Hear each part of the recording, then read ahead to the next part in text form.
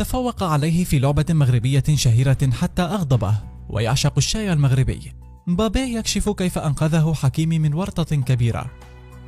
إن كانت هناك صداقة كبيرة قد نشأت في عالم كرة القدم خلال الأسابيع القليلة الماضية، فهي بلا شك تلك التي تجمع المغربي أشرف حكيمي بالفرنسي كيليان مبابي. الثنائي بات أكثر بكثير من أصدقاء، حتى باتا لا يفترقان أبدا عن بعضهما البعض، وأصبحا يبتدعان آخر صيحات الاحتفالات بالأهداف كما قد تشاهدون هنا.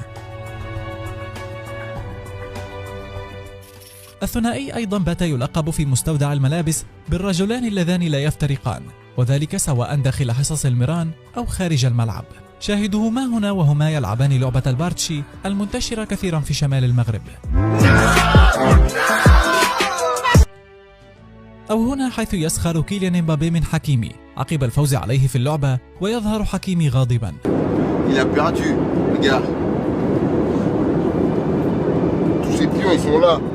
Mais le jeu c'est de les mettre ici. Et là il a changé de jeu parce qu'il est énervé. Ça va mon frère? Très bien. أيضا هنا هما يتقاسمان الشاي المغربي مع حلوى هنريس الشهيرة في المغرب. فما سر تلك العلاقة المقربة بين لاعبين لم يتعرفا على بعضهما البعض سوى في الصيف الماضي عقب التحاق حكيمي بالفريق الباريسي؟ في حواره الأخير مع صحيفة ليكيب الفرنسية، خرج كيليان مبابي ليصف علاقته مع حكيمي بالأخوة، وهو الأمر الذي فسرته الصحيفة بكون مبابي كان يعاني من عزلة كبيرة داخل مستودع ملابس باريس بعد أن أصر على الرحيل لريال مدريد في الصيف الماضي، ما جعل بعض القدامى يتخذون موقفا منه. لكن قدوم حكيمي أنقذه من ذلك، ليتحولا في ظرف أيام قليلة فقط لصديقين مقربين تماما. حكيمي فسر الأمر في تصريحاته قائلا: buenos amigos, buenos compañeros y esa complicidad pues se da de forma natural, que lo que me gusta a mí y a él le gusta a él. Somos dos niños, dos chavales de la misma edad, que nos gustan las mismas cosas y que disfrutamos de lo mismo y yo creo que eso se muestra.